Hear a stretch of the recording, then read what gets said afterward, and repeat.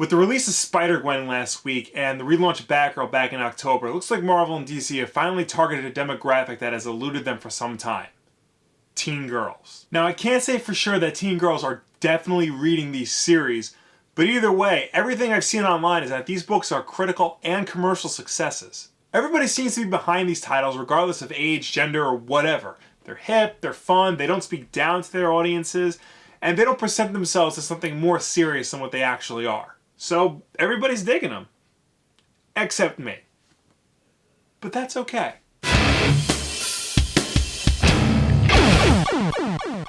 On a purely technical level, both of these titles are pretty good, and if someone were to ask me if they should read them, I'd say yeah, sure, why not? They're well written, they have good artwork, and really those are the two main things you're looking for in a good comic book. But they don't have what I'm looking for in a comic. To me, I just can't get with their tone. And I don't mean that they're lighthearted. I like plenty of lighthearted books like Quantum and Woody, Hawkeye, Captain Marvel. That's not the problem. By tone, I mean that these books definitely want to be read by a younger crowd, not somebody in their late 20s. The dialogue and the narration boxes all definitely convey a feeling of hip young person. They also seem to focus on the hero's group of friends and what they do when they're not being a superhero. They all hang out together and go to clubs and concerts, things that I don't really do.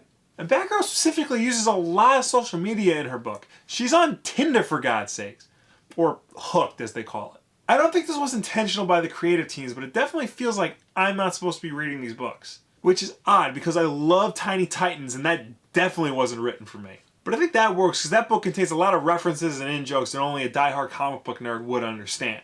And I like the current Ms. Marvel series, which, yes, is similar to Batgirl and Spider-Gwen, but I think that works because it's more of a teen drama than it is a focused targeting of the millennial crowd. What I mean by that is Ms. Marvel definitely has a more timeless feel to it, and could potentially work in any era, whereas Batgirl and Spider-Gwen are definitely set in this moment in time, and could feel very dated in only a few years. So yeah, I'm not into hipster Batgirl or rocker drummer Spider-Woman. But you know what?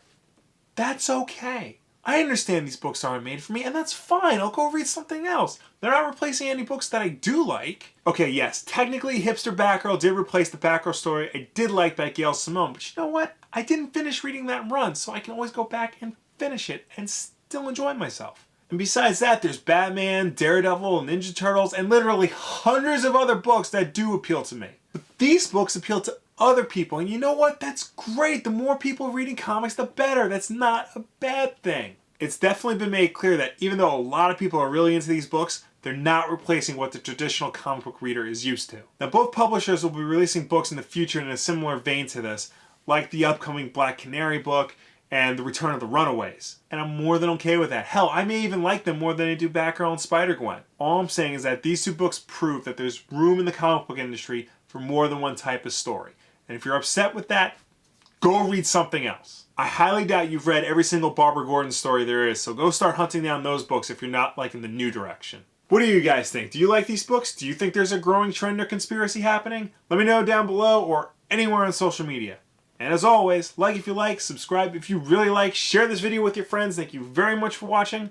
I will see you next time. It makes so much sense now. Seriously, let's go back and look at his filmography. All of his movies can be categorized as visually appealing, but seriously lacking in story. His characters and their actions aren't very deep, especially when compared to similar films in the same genres. I 100% disagree, because it's really not, once you get like 4 or 5 pages into a manga, you completely